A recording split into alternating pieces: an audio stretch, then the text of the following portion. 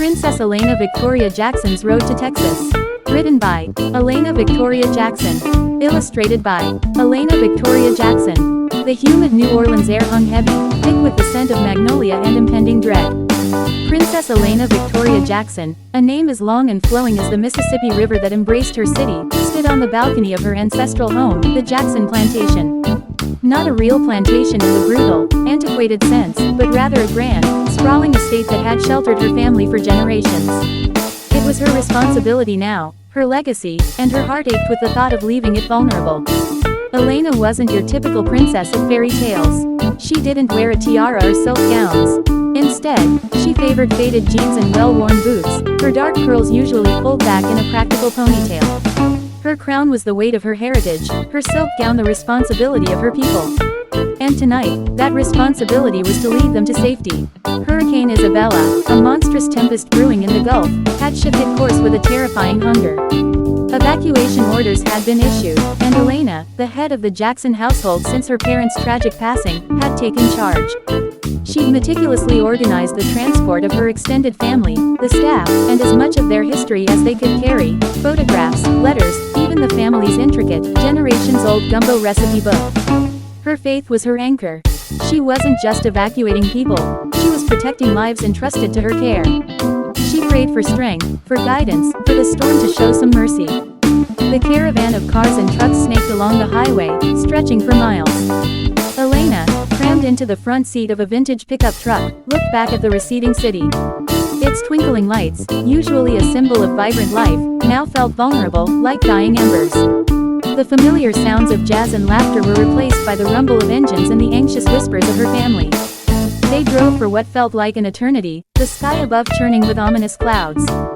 Finally, they reached their destination, a small, dusty town in Texas, far from the coast. It was starkly different from the lush greenery of Louisiana, the landscape dry and unforgiving. But the folks in the town, mostly ranchers and farmers, welcomed them with open arms. They offered shelter in their homes, food from their pantries, and a quiet understanding of the fear they carried. Alaina, usually so composed, felt a wave of exhaustion wash over her.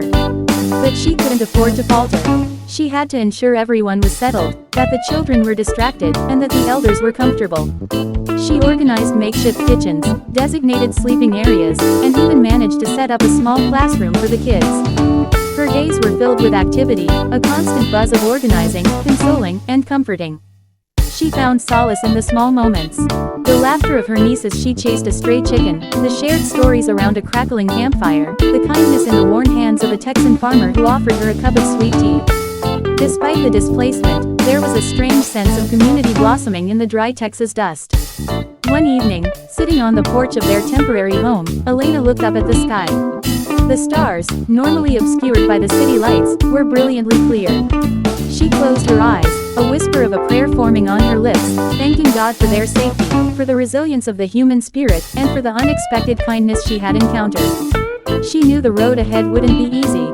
They had lost so much, their beloved home, their routines, their sense of normalcy. But they had each other, and that, Alaina realized, was everything. She was a princess, yes, but a princess of her people, her family, and her faith. And she would lead them back home, stronger and more united than before. The hurricane wouldn't break them. It might have scattered them, but it had also revealed the strength of their bonds, the unwavering power of their faith, and the incredible resilience within them. Alaina Victoria Jackson, the New Orleans princess, had found her throne in the heart of her people, and her reign would continue, even in the dry, foreign lands of Texas, until the day they returned home to the heart of Louisiana. Princess Alaina is now in Texas and no longer lives in a castle. She now has responsibilities as a person outside a castle.